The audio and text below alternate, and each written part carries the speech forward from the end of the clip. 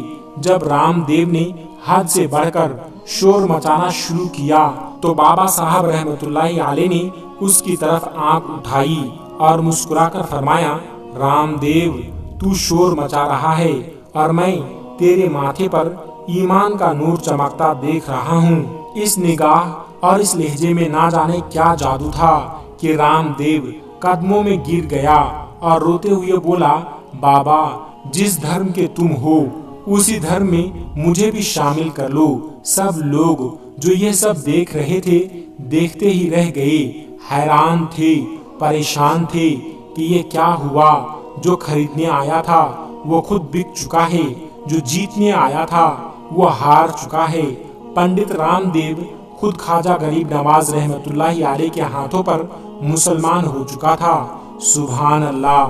دوستو، یہ اللہ والوں کی شان ہوتی ہے۔ جب وہ اللہ کے ہو جاتے ہیں تو ساری دنیا ان کی ہو جاتی ہے۔ دوستو، آخر میں ہمارے تمام مسلمان بھائی بہنوں سے گزارش ہے کہ اس چینل کو بنانے کا ہمارا مقصد یہ ہے کہ جتنے بھی ہمارے ہندوستانی بھائی بہن ہیں، چاہے وہ ہندو ہو یا مسلمان، سب کو اسلامی اور سبق آموز واقعہ سنا کر ان کا ایمان تازہ کرنا ہے اور سب لوگ اس سے کچھ نصیحت حاصل کر سکے۔ اور یہ بات بھی ہے کہ دین اسلام کی باتوں کو عوام اور مسلمانوں تک پہنچانا ثواب کا کام ہے۔ اس لیے اس ویڈیو کو ایک لائک کر کے اپنے قریبی دوستوں تک شیئر کر کے ثواب کا کام ضرور کرے۔ دوستو، آج کی ویڈیو میں بس اتنا ہی۔ اگر آپ کو یہ ویڈیو ذرا بھی اچھی لگی ہو تو آپ ہمیں سپورٹ کرنے کے لیے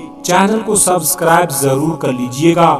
اللہ تبارک و تعالی سے دعا ہے کہ ہمارے جتنے بھی مسلمان بھائی بہن اس ویڈیو کو دیکھ رہے ہیں اسے سیدھے راہ پر چلنے کی توفیق عطا فرمائیں اور اسے ہر ترقی سے مالا مال کر دے۔ آمین ثم آمین۔ آج کی ویڈیو میں بس اتنا ہی۔ ملتے ہیں ایک پھر نئی ویڈیو کے ساتھ۔ تب تک آپ اپنا اور اپنوں کا بہت زیادہ خیال رکھیے گا۔ السلام علیکم ورحمۃ